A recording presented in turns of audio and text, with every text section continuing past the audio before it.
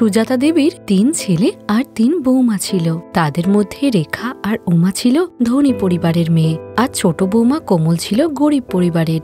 তাই জন্য সুজাতা দেবী রেখা আর উমার সঙ্গে খুব ভালো ব্যবহার করত, কিন্তু ছোট বৌমা কোমলকে বুঝতেই চাইত না। তাই রেখা আর উমাও সবসময় তার ছোট যা কোমলের অপমান করত। মা দেখুন না, কোমলের এই গরিব হওয়ার স্বভাব আর গেল না। ডালে তো ঘি দেয়নি, কি বাজে খেতে। আর মা রুটিটা দেখুন, ঘি দেয়নি, একেবারে শুকনো ফেলে রেখেছে। কোমল, এইদিকে আয়, আমি তোকে এক্ষুনি মজা দেখাচ্ছি। আরে তুই নিজে গরিব বলে কি আমাদেরকেও গরিব মানুষ ভাবছিস? বাড়িতে খাবারের যখন অভাব নেই তখন তুই এমন বাজে রান্না কেন করেছিস? দেশি ঘি কেন দিসনি রুটিতে? মা, দেশি ঘি যেটুকু ছিল তা দিয়ে আমি আগেই রান্না করে ফেলেছি। মা, এই 2 দিন আগেই তো দেশি ঘি আনা হয়েছিল, ও শেষ করে দিল। বোধহয় ও নিজেই সবটা খেয়ে নিয়েছে। বাপের বাড়িতে তো এমন খেতে পেত না আগে। না মা, যেটুকু ঘি ছিল ওই দিদিরা কালকে আমাকে গাজরের হালুয়া বানাতে বলেছিল, আমি সেটা বানাতেই সব দিয়ে ফেলেছিলাম। আরে তোর এত সাহস যে তুই আমার বৌমাদের খাবারের উপর নজর দিচ্ছিস? নিজে গরিব বলে এইসব করছিস? যা এখান থেকে যা। রেখা বৌমা, লালাকে ফোন করে দাও, আসার সময় 5 কিলো দেশি ঘি নিয়ে আসবে। এই শুনে কোমল কাঁদতে কাঁদতে রান্নাঘরে চলে আসে। তাকে প্রায় এইরকম অপমান সইতে হতো। নতুন বছর আসতে চলেছিল, তাই বাড়িতে সেই আয়োজনই হচ্ছিল। রেখা আর উমা দুজনেই নিউ ইয়ার পার্টির জন্য তাদের বাপের বাড়ির লোককে ইনভাইট করেছিল। শুধু কোমলই এমনটা করেনি। মা, নতুন বছরের পার্টির জন্য আমাদের বাপের বাড়ির সবাইকে আমরা বলে দিয়েছি, শুধু কোমলের বাড়ির লোকই বাকি আছে। কি করব? আরে ছাড়ো তো ওইসব ভিখারিদের কথা। পার্টিতে তোমাদের বাপের বাড়ির লোকেরা আসবে, আর তোমাদের বাপের বাড়ির লোক আর কোমলের বাপের বাড়ির লোকের মধ্যে অনেক তফাৎ। না না মা, এমনটা করবে না। ওদের বাপের বাড়ির লোককে একবার আসতে দিন, তারপর দেখুন না কেমন অপমান করি। আমি বলছি কানে কানে প্ল্যানটা, আসুন এদিকে। রেখা আর উমা তাদের শাশুড়ির সঙ্গে মিলে কোমলের বাপের বাড়ির লোককে অপমান করার একটা ফোন দিয়ে এঁটে ফেলে। বৌমা, বাড়িতে নিউ ইয়ারের পার্টির আয়োজন চলছে। রেখা আর উমা বৌমা বাপের বাড়ির লোককে নিমন্ত্রণ করেছে, তুমিও বাপের বাড়ির লোকের নিমন্ত্রণ করে দাও, একসঙ্গে পার্টি করব। ঠিক আছে মা, আমি ফোন করে দিচ্ছি। এবার আসবে মজা, আসুক ওর বাপের বাড়ির লোকেরা। বেচারি কোমল তো কোনোভাবেই এটা বুঝতে পারেনি যে তার শাশুড়ি আর জায়রা তার পিছনে ষড়যন্ত্র করছে। এরপর 31 ডিসেম্বর চলে এলে বাড়িতে ধুমধাম করে পার্টির আয়োজন হয়। রেখা আর উমার বাপের বাড়ির লোকও চলে আসে। রেখা আর উমা রান্নাঘরে তো ঢোকেইনি, বরং বাপের বাড়ির লোকেদের সঙ্গে কথাই বলতে থাকে। কোমল বৌমা, অতিথিদের খেতে দিয়েছ তো ভালো করে? আর খাবারে ভালো করে ঘি তেল মশলা দিয়েছ তো? আপ্যায়নে যেন কোনো ত্রুটি না থাকে। আর আর তোমার বাবা মা ভাই বোন সব কোথায়? অনেক দেরি হয়ে গেল যে, সময় মতো এলে একটু আনন্দ করতে পারতো। হ্যাঁ মা, আমি সবাইকে খাবার দিয়ে দিয়েছি, আর মায়ের সঙ্গে এক্ষুনি কথা হলো, ওরা এক্ষুনি চলে আসবে। তখনই কোমলের বাবা মা আর ভাই বোন সেখানে আসে। নমস্কার, আসুন আসুন, অনেক দেরি হয়ে গেল আসতে। দিদি, আজকে 31 ডিসেম্বরের জন্য রাস্তায় খুবই ভিড়, খুব কষ্ট করে অটো পেয়েছি, ওটাতেই এলাম। ও আচ্ছা আচ্ছা, আমি তো ভুলেই গিয়েছিলাম। আসলে রেখা আর উমা বৌমার বাপের বাড়ির লোকেরা তো সব গাড়িতে এসেছে, তাই আমি ভাবছিলাম, কিন্তু আপনাদের কাছে তো গাড়ি নেই, আর গাড়ি কেনার মতো সামর্থ্যও তো আপনাদের নেই। থাক ছাড়ুন, আসুন ওদের বাপের বাড়ির লোকের সঙ্গে আলাপ করাই। বেয়ান, কিছু মিষ্টি এনেছিলাম নতুন বছর উপলক্ষে। হ্যাঁ, রাখুন ওখানে। আসলে আমরা তো বাজারের সব থেকে বড় মিষ্টির দোকানের দেশি ঘিয়ের লাড্ডু খাই। এটাও খেয়ে দেখবো, ভালো না হলে চাকরদের দিয়ে দেব, ওরাও খাবে। এসব দেখে কোমল বুঝতেই পারছিল যে তাদের বাপের বাড়ির লোকদেরকে যথেষ্ট অপমান করছে তার শাশুড়ি, কিন্তু কোমল তাও চুপ থাকে। এদিকে রেখা আর উমা তাদের বাপের বাড়ির লোকদেরকে আপ্যায়ন করতেই ব্যস্ত থাকে। সূর্যও এটা দেখতে পায়। তোমার মা বাবার জন্য খাবারের ব্যবস্থা করো, সবাই তো খেতে বসে গেছে। তুষার, জ্যোতি, চলে এসো, খেতে বসে যাও। হ্যাঁ হ্যাঁ, আমি এক্ষুনি দিচ্ছি। বাবা, মা, তুষার, জ্যোতি, তোরা আয়, সবাইকে খাবার দিই। এই বলে কোমল রান্নাঘরে গিয়ে দেখে যে রান্নাঘরে কোনো খাবারই নেই, সবটা খালি। যা দেখে কোমল অবাক হয়ে বলে, আরে এখানে তো কোনো খাবারই নেই, কিন্তু আমি তো অনেকটা রান্না করেছিলাম। কি হলো কোমল, কি এত চিন্তা করছো? তোমার বাড়ির লোকেদের জন্য খাবারের ব্যবস্থা করো, ওরা যে বসে আছে, আর এটা যে একদম ভালো দেখায় না। কি করে খেতে দেব? এই দেখো, রান্নাঘরে কোনো খাবারই নেই। আমি অনেকটা রান্না করেছিলাম, অনেক বেশি করে করেছিলাম। এখন কাউকে কিছু জিজ্ঞাসা করাটাও ঠিক হবে না। দাঁড়াও, আমি কিছু করছি। আরে এরকমটা কি করে হতে পারে? যদি তুমি বেশি খাবারই বানিয়ে থাকো, তাহলে খাবার কি করে শেষ হয়ে গেল? আমি এক্ষুনি গিয়ে মা আর বৌদিদেরকে সবটা জিজ্ঞেস করছি। না না, অতিথিদের সামনে জিজ্ঞাসা করাটা ঠিক হবে না। ওরা একটু বসুক, আমি কিছু রান্না করে দিচ্ছি।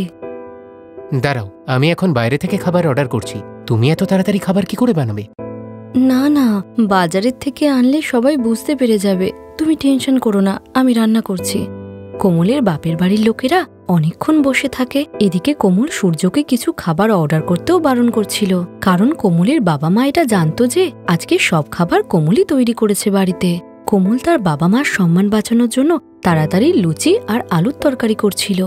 তখনই তার শাশুড়ি আর দুই যা সেখানে এসে বলে, আরে কোমল, তুমি লুচি কেন করছো? এই তো কত খাবার রয়েছে। আরে দিদি, তুমি বুঝতে পারছো না, কোমল ওর বাপের বাড়ির লোককে একদম গরম গরম খাবার খাওয়াতে চায়, আর আমাদের বাপের বাড়ির লোকগুলোকে ঠান্ডা খাবার খাওয়ালো। আর এখন বাড়ির লোকের খাবারের জন্য আয়োজন চলছে। ওর বাপের বাড়ির লোক তো আগে কখনো এত ভালো খাবার খায়নি, তাই এমন করছে। এতটা খাবার যখন পড়ে রয়েছে, তখন আবার খাবার কেন রান্না করছো? দেখো কতটা খাবার পড়ে রয়েছে। অনেক টাকা আছে বলে কি আমরা খাবারের অপচয় করব নাকি? মা, একটু আগে পর্যন্ত রান্নাঘরে কোনো খাবার ছিল না। আমি খুব ভালো করে দেখেছি। আমি জানতাম না যে দিদিরা সব খাবারটা ঘরে রেখে দিয়েছে। আমি সবটা বুঝে গেছি মা। আমি যতই আপনাদের জন্য কাজ করি না কেন, আপনারা আমাকে অপমান করার শুধু সুযোগ খোঁজেন। ঘরে আমার বাবা মা ভাই বোন সবাই বসে আছে। আমার আর এই বাড়িতে থাকতে ইচ্ছা করছে না। আমি ওদের সঙ্গেই চলে যাব আমার বাড়িতে। আমার তো মনে হয় এখানে আমার আপন বলে কেউ নেই। সূর্য, আমি এখানে থাকবো না।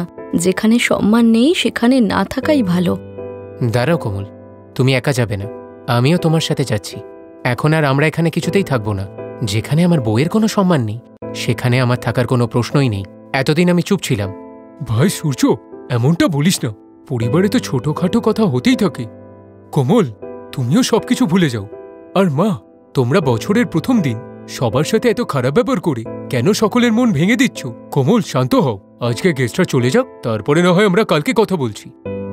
এসব শুনে কোমলের শাশুড়ি আর জায়েরা এটাই ভাবছিল যে তারা বোধহয় একটু বেশি খারাপ কিছু করে ফেলেছে। এদিকে সূর্য আর কোমল আলাদা থাকার সিদ্ধান্ত নিয়ে কিছুদিন পর থেকেই আলাদা থাকে। কোমলের শাশুড়ি আর জায়েরা পরে খুবই আফসোস করতে থাকে, কারণ কোমল বাড়ি থাকতে তাদেরকে কোনো কাজই করতে হতো না। কিন্তু এখন তো বাড়ির সমস্ত দায়িত্বই তাদের উপর এসে পড়েছিল, আর তারা কোমলের মতো একজন ভালো মেয়েকেও তাদের জীবন থেকে হারিয়ে ফেলেছিল। আর এদিকে কোমল ছোট্ট একটা বাড়িতে নতুন বছরে তার স্বামীর সঙ্গে নতুন জীবন শুরু করে।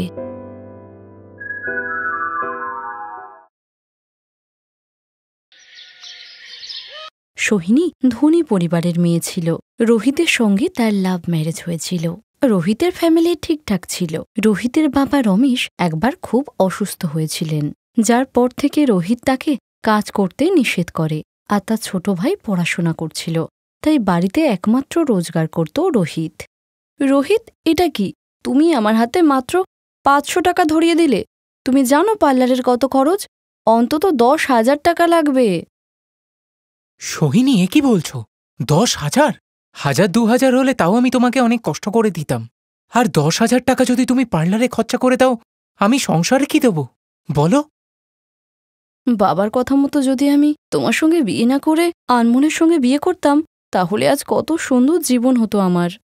অবশেষে আজকে তোমার মুখে ওই একই কথা শুনতে পেলাম যে আনমোল একজন ধনী পরিবারের ছেলে। দোহাই তোমার, তুমি এসব বলে আমাকে আর কষ্ট দিও না। আর এমনিতেও বাবাকে ওষুধ দিতে হবে। আমি গেলাম। বিয়ের পর সোহিনী আর রোহিতের সম্পর্কে সমস্যা তৈরি হচ্ছিল, যার মধ্যে অন্যতম কারণ ছিল সোহিনী অনেক ধনী পরিবারের মেয়ে। কারণ সোহিনীর দাবি প্রত্যেকদিন বেড়েই চলেছিল, যা পূরণ করা রোহিতের পক্ষে সম্ভব ছিল না। কিন্তু তাও রোহিত সবসময় চেষ্টা করত তার সাধ্যমতো সোহিনীকে খুশি রাখতে। মা, সোহিনী কোথায়? বাবা, সোহিনী তো সেই অনেকক্ষণ হলো বাজারে গিয়েছে, একটু ফোন করে দেখ না। হ্যাঁ, আমি করছি। মা, আমি বলছিলাম সামনের সপ্তাহেই তো সোহিনীর জন্মদিন, তাই বাড়িতে যদি একটা ছোট্ট করে পার্টি রাখি কেমন হয়? দিদি আর জামাইবাবুকেও ডেকে নেব। হ্যাঁ রে খোকা, এটা তো খুব ভালো কথা। এটা তো শ্বশুরবাড়িতে বৌমার প্রথম জন্মদিন, আমরা জন্মদিনটা পালন করলে ও খুব খুশি হবে। বাবা রোহিত, আমার বন্ধুর ক্যাটারিংয়ের ব্যবসা আছে, ও সব ব্যবস্থা করে দেবে। আমি ফোনে কথা বলে নিচ্ছি। তখনই সোহিনী এসে বলে, 1 সেকেন্ড বাবা, জন্মদিনটা তো আমার, তাই কোথায় জন্মদিন করব আর কিভাবে করব সেসব আমিই ঠিক করব। আপনি এই যে বাড়িতেই পার্টির কথা বলছেন, এটা আমার স্ট্যাটাসেই নেই। আমি আমার আগের অভ্যাস মতো 7 স্টার হোটেলে আগে থেকে পার্টির বুকিং করে এসেছি। আর হ্যাঁ, চিন্তা করবেন না, সমস্ত অ্যারেঞ্জমেন্ট আমার বাবা দেখবে। বাবা আমাকে ক্রেডিট কার্ড দিয়ে দিয়েছে, আমি সেটা দিয়ে পেমেন্ট করে এসেছি। আপনারা শুধু তৈরি থাকবেন, আমার বার্থডের দিন 7 স্টার হোটেলে পার্টি। আর আপনারা দয়া করে একটু ভালোভাবে তৈরি হবেন, আমার যেন অপমান না হয়। সোহিনী, কথা বলার একই ধরন। রোহিতের রেগে যাওয়া দেখে তার মা তাকে থামিয়ে দিয়ে বলে, খোকা শান্ত হ, রাগ করিস না। এ বাড়িতে বৌমার প্রথম জন্মদিন, ওকে ওর মতো করে পালন করতে দে। ওকে আটকানোটা ঠিক হবে না। ও যদি চায় ওর জন্মদিনে আমরা সবাই হোটেলে যাই, তবে আমরা তাই যাব। যতই হোক বৌমা আমাদের। হ্যাঁ রে বাবা, তোর মা একদম ঠিক কথাই বলছে। তুই বৌমাকে আটকাস না, ওকে ওর ইচ্ছেগুলো পূরণ করতে দে। মা, আমি এক্ষুনি আসছি। এই বলে রোহিত ঘরে গিয়ে খুব রাগ দেখিয়ে সোহিনীকে বলে, সোহিনী, আমি তো তোমাকে সব রকমভাবে খুশি করার চেষ্টা করি, কিন্তু তুমি তোমার বাড়ির লোককে মাঝখানে নিয়ে চলে আসো। তোমার কি দরকার ছিল 7 স্টার হোটেলে নিজের জন্মদিনের পার্টি রাখার? তুমি আমাকে বললে আমি তোমার জন্য ভালো রেস্টুরেন্ট বুক করে দিতাম, কিন্তু তুমি তো তোমার বড়লোকপানা দেখাবেই। এটা কিন্তু ঠিক নয়। আরে কি ভুলটা করেছি আমি তুমি জানো? ওই বাড়িতে আমার বার্থডে পার্টির জন্য সবাই অপেক্ষা করত। আমার পরিবার, আমার বন্ধুরা সবাই ধুমধাম করে আমার জন্মদিন পালন করে। আমি তোমার বাড়ির লোকেরই সম্মান বাঁচিয়েছি। সবাই আমাকে বার্থডে পার্টির কথা জিজ্ঞাসা করছিল, আর তোমাদের এই ছোট ঘরে আমি তো সবাইকে ডাকতে পারবো না। হ্যাঁ, তোমার বাবার কথা শুনে তো আমার হাসি পাচ্ছিল। জানি না কোন ক্যাটারিং এর কথা বলছে। ব্যাস, এই ব্যাপারে আমি তোমাদের কারোর সঙ্গে আর কথা বলতে চাই না। শুধু আমার জন্মদিনের দিন সন্ধ্যে 7টায় তৈরি হয়ে যাবে, আর কিচ্ছু শুনতে চাই না আমি। সোহিনীর ব্যবহারে রোহিতের বাবা মা দুজনেই দুঃখিত ছিল, কিন্তু সোহিনী তাদের বৌমা, তাই তারা সোহিনীকে কিচ্ছু বলে না। সোহিনী তার ননদ আর নন্দাইকেও জন্মদিনে ইনভাইট করে।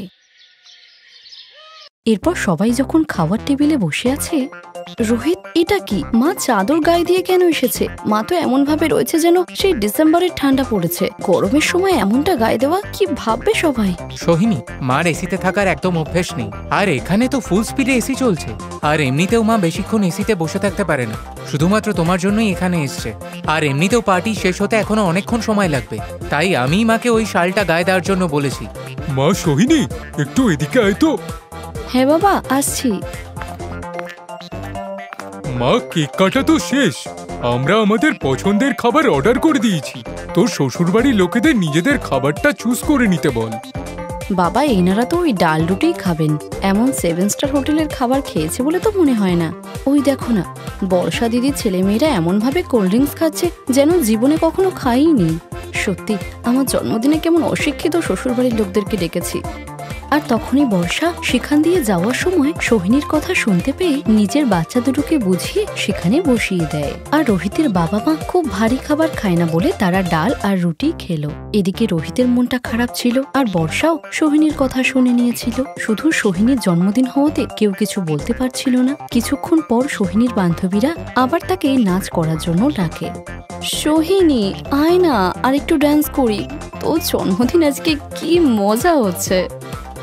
আরে আমি খুব ক্লান্ত হয়ে গেছি, এতক্ষণ তো নাচ করলাম। আচ্ছা ঠিক আছে, চল। এই বলে সোহিনী যখনই চেয়ার থেকে উঠতে যাচ্ছিল, হঠাৎই চেয়ারের কোনায় তার জামাটা আটকিয়ে জামার পিছন দিকটা সম্পূর্ণ ছিঁড়ে যায়। যা দেখে সোহিনী বলে ওঠে, আমার না পাটা খুব ব্যথা করছে রে, তোরা যা না গিয়ে ডান্স কর, আমি একটু পরে আসছি, যা প্লিজ। বৌমা, আমি তোমার শ্বশুরের সঙ্গে একটু রিসেপশন থেকে ঘুরে আসছি, তোমার কোনো অসুবিধা হবে না তো? না মা, আমি ঠিক আছি, আপনি যান। সোহিনীর অনেকক্ষণ ধরে চেয়ারে বসে থাকা দেখে রোহিত চিন্তিত হয়ে বলে, কি হয়েছে সোহিনী, চুপ করে বসে আছো যে? কি হয়েছে আমায় বলো। রোহিত, আমার জামাটা পিছন দিক দিয়ে ছিঁড়ে গেছে, আর এতটাই ছিঁড়ে গেছে যে আমি উঠে দাঁড়াতেও পাচ্ছি না। সবাই আমাকে ডাকছে কিন্তু যেতেও পাচ্ছি না, বুঝতেই পারছি না আমি এখন কি করব। এরপর রোহিত তার মা আর দিদিকে এই ব্যাপারে জানালে তারা দুজন সোহিনীর কাছে যায়। বৌমা, এত চিন্তা করো না, এই নাও আমার চাদরটা গায়ে দাও, তুমি ভালো করে দাঁড়াতে পারবে। দাঁড়াও একটু, আমি এই চাদরটা দিয়ে একটা স্টাইল করে দেই, তারপর তোমাকে পরিয়ে দিচ্ছি। আজকালও রিলে আসে না নতুন নতুন ডিজাইনের চাদর গায়ে দেওয়া, আমি সেই রকমই ডিজাইন দিয়ে এটাকে স্কার্ফ করে দিচ্ছি। এই বলে বর্ষা সোহিনীকে স্কার্ফের মতো করে চাদরটা পরিয়ে দেয়। আর সবাই সোহিনীকে এমন নতুন লুকে দেখে খুব প্রশংসা করে। কেউ জানতেই পারেনি সোহিনী চাদরটাকে স্কার্ফের মতো করে কেন পরেছে। আরে বাহ সোহিনী, এই চাদরের ডিজাইনটা তো দারুণ হয়েছে। ওই আর কি, আমার খুব ঠান্ডা লাগছিল তাই মা চাদরটা আমাকে দিয়ে দিলেন, আর বর্ষা দিদি স্টাইল দিয়ে এটাকে পরিয়ে দিল। আমার শ্বশুর বাড়ির লোক ভীষণ কেয়ারিং, আমার খুব কেয়ার করে। আই এম ভেরি লাকি যে আমি এত ভালো শ্বশুর বাড়ি পেয়েছি। থ্যাংক ইউ মা, থ্যাংক ইউ দিদি। এরপর সোহিনী বুঝতে পারে যে সে খুব অহংকারী হয়ে তার শ্বশুর বাড়ির ভালো মানুষগুলোকে কষ্ট দিচ্ছিল। এরপর সোহিনীর ব্যবহার সেদিনের পর থেকে বদলিয়ে যায়, আর সে তার শ্বশুর বাড়ির লোকেদেরকে সম্মান আর ভালোবাসা দেয়। Best buddies. হ্যালো ফ্রেন্ডস, এই ভিডিওটা দেখার জন্য ধন্যবাদ। যদি এই ভিডিওটা তোমাদের ভালো লেগে থাকে তাহলে প্লিজ লাইক, সাবস্ক্রাইব আর কমেন্ট অবশ্যই করবে এই ভিডিওতে। আর হ্যাঁ, শেয়ার করতে ভুলো না কিন্তু। আরো অনেক মজাদার ভিডিও দেখার জন্য নিচে দেওয়া এই বেল আইকনটাকে প্রেস করো। দেখতে থাকো বেস্ট বাডিজ।